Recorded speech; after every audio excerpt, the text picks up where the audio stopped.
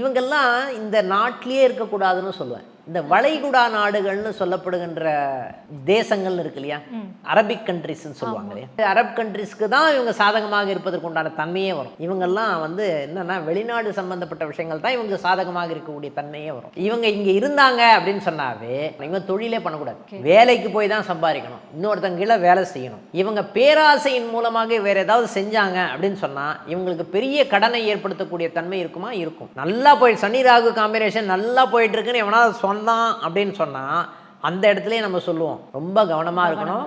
எந்த இடத்துல நிறுத்தணுமோ அந்த இடத்துல நிறுத்தணும். ஓகேங்களா? ஒரு படத்துல கூட வரும், எந்த இடத்துல நிறுத்தணுமோ நல்லா ஆட்டம் போட்டு எந்த இடத்துல நிறுத்தணுமோ அந்த இடத்துல நிறுத்திடணும். ஓகேங்களா? அதுக்கப்புறம் அதை வந்து கண்டினியூ பண்ணக்கூடாது. சில பேர் வந்து ஆன்லைன் பிஸ்னஸ் நிறைய பேர் வந்து இறங்குவாங்க. ஓகேங்களா? ஆன்லைன்ல நான் வந்து ட்ரேடிங் பண்ண போறேன் அப்படின்னு இறங்குவாங்க. கரெக்டான நேரத்தில் நிறுத்திட்டாங்க அப்படின்னா அவங்க ஜெயிச்சிருவாங்க. இல்லை ஆசை வந்து அப்படியே தூண்டி இழுக்கும், இந்த ராகுவினுடைய தன்மை தூண்டி இழுக்கும். ஆட்டோமேட்டிக்காக என்ன பண்ணுவாங்க அப்படின்னு பார்த்தீங்கன்னா அந்த ஆசையே வந்து மேல இருந்து தூக்கி கீழே தள்ளிடும் அப்படின்னு சொல்லுவாங்க. இது சில பேர் வந்து இந்த பணம் சம்பாதிக்கிற விஷயங்கள் வந்து பார்த்தீங்கன்னா நல்லா பணம் சம்பாதிப்பாங்க. இவங்க எங்கே போய் கொட்டுவாங்க அப்படின்னு பார்த்தீங்கன்னா குடியில கொட்டுவாங்க. குடியில போய் இவங்களுடைய எல்லா பணமும் அழியக்கூடிய தன்மை இருக்கும். கேம்லிங்கில் போய் அழியக்கூடிய தன்மை இருக்கும். ஓகேங்களா?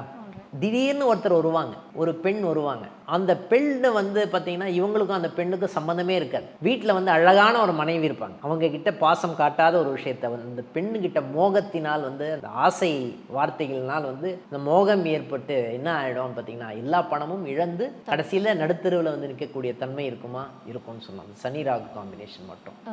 இந்த மாதிரி வந்து இந்த மண்ணாசை பொன்னாசை பெண்ணாசைன்னு சொல்லுவாங்க இல்லை, இதுல வந்து மண்ணாசையை விட வந்து இந்த பொன்னாசைன்னு சொல்லுவாங்கல்ல, பொன்னாசையும் பெண்ணாசையும் வந்து பெரிய ஆசையை இழுப்பதற்குண்டான தன்மை இந்த சனி ராகு காம்பினேஷனுக்கு இருக்குன்னு சொல்லலாம். ஓகேங்களா?